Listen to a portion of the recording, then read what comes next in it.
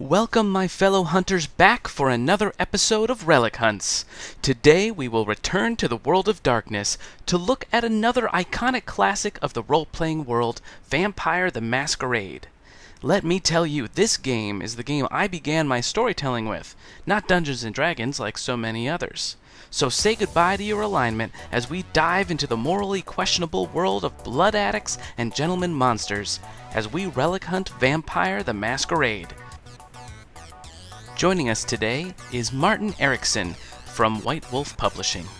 I hope you enjoy.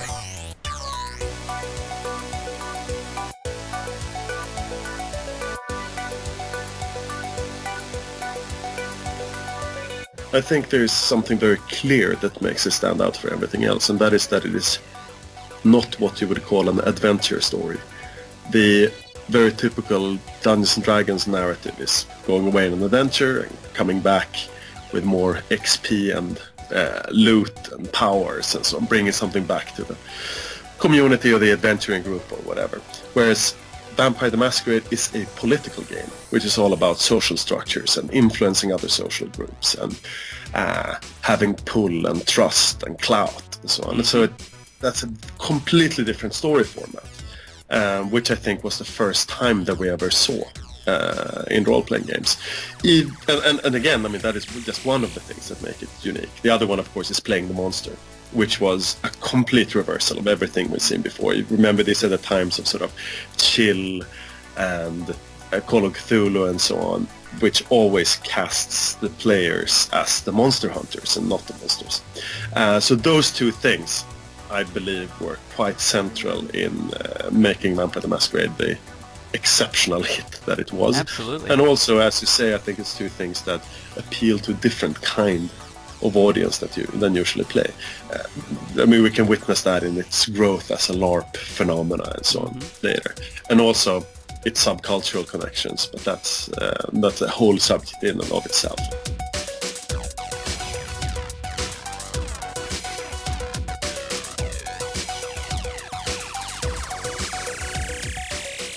I think fun is a bit of a tricky word when it comes to Vampire because the thrills are considerably darker than something we usually describe as leisurely fun.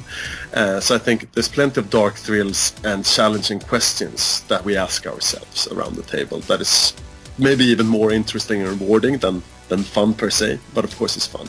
I think the classic Vampire game, and one that even veteran players return to time and time and again, is the sort of the story of new humans who become kindred and explore the multi-layered politics of their city, sort of beginning with exploring the vampiric condition and how that severs them from humanity, and then slowly realizing that they're now part of a dark neo-feudal hierarchy and competing over the resources of the city.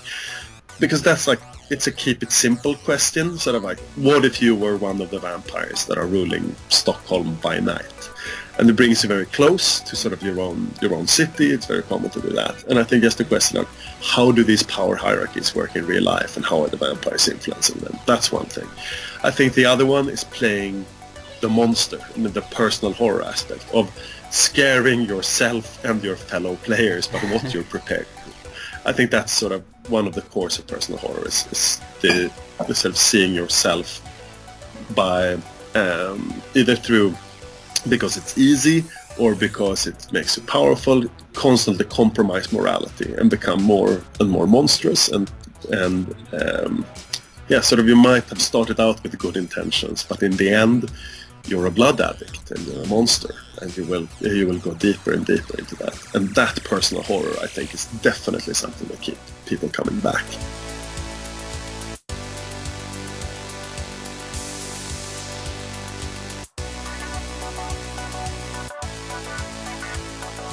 Vampire the Masquerade was initially nothing less than a pop culture phenomena, or I'd say like a counterculture phenomena that became pop culture. It's very rare that a tabletop role-playing game outsells Dungeons & Dragons. Vampire did for a brief period. And bringing in so many new players from so many new fields, it actually had an interest far outside role-playing game culture as well. Not only were like LARPs played in goth clubs, pulling in loads of people from other areas, but also things like, WWF wrestler named Gangrel, and the arcade machines, a TV series by Aaron Spelling. We sort of created the mold of the romance vampire series that we've seen 10 years, maybe 5-10 years later than that. So it did have a very, very profound impact on sort of culture outside of tabletop role-playing. And with this massive success, of course, White Wolf continued to publish a lot of supplements and novels and comics books and so on, set within the same meta plot and timeline. And I think as publication became more and more involved and more modules came out, somewhere around 2004, White Wolf felt that this was sort of enough. It was so complex and starting to be a bit hard to handle. And I think they also wanted a fresh start to some of the lines that Vampire had been going down. Maybe most significantly, you can see a little bit of reaction towards playing the game as more of a like self-indulgent superheroes in black. The term, I think, trench coats and silver-plated katanas appear sometimes.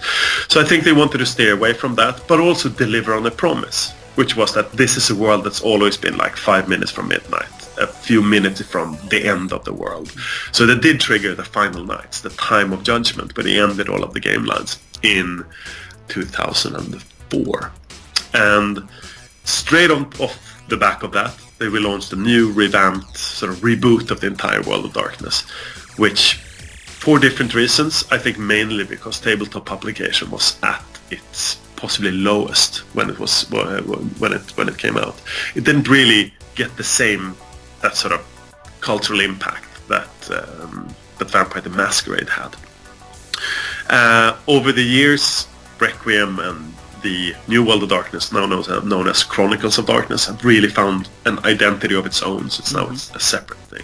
But going back to Masquerade, the IP would, from an outside perspective, you would see it sort of resting or dormant or no production. But it's really important to remember that all over the US and large parts of Europe and Brazil and Australia, people were still playing. Because this is sort of the kind of game that touches you once and you keep to it for life. So especially the live action role-playing groups really kept Vampire alive during the dark years. And 2006, the IP, the whole of World of Darkness, was bought by CCP, which is an Icelandic computer games company most famous for doing EVE Online. And their idea was taking this beautiful intellectual property and turning it into a socially driven, really nice, sandboxy social MMO. And this meant that they cut down on external licensing. No more computer games were made, because right before the end of the classic World of Darkness, there had of course been the game Bloodlines, which is the second game for Valve's Source engine, had come out. It was broken at launch, but much loved by players. During that period, really the only products that came out were from a spin-off company that was created within Onyx Path around the time, let's see, what could be 2008 maybe. And that was of course the Vampire 20th anniversary edition. So through B20 and subsequent other 20th anniversary editions of the classic World of Darkness and Onyx Path, which this outlet is known as, the games got a second lease of life, at least for the tabletop fans. It hasn't been in the stores, there have been no physical products, but Onyx Path has done a marvelous job of reinvigorating these lines and the interest for these lines and producing the games that we knew and loved back then. They are very respectful nostalgia editions that are huge fun and great with new color art and so on. And that publication has continued and continues still, and has then been added to by a group called By Night Studios, who are now publishing the live action role-playing rules. So when we, as the new White Wolf, that is owned by Paradox, but we're completely our own company that can do licensing deals with whomever. We were fortunate really to return to a situation where Onyx Path and By Night Studios have nursed the fan base, really listened to them and worked closely with them.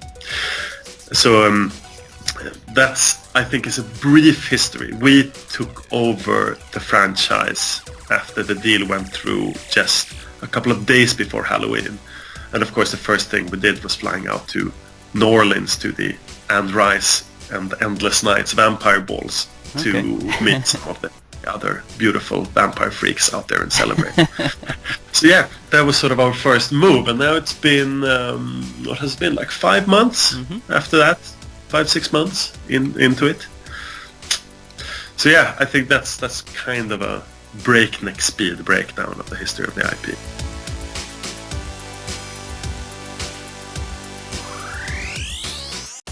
Yeah, so I think the greatest news for tabletop role players that you can feel excited about is that we're creating a 5th edition of Vampire the Masquerade. Not this year, but sometime 2017 or early 18.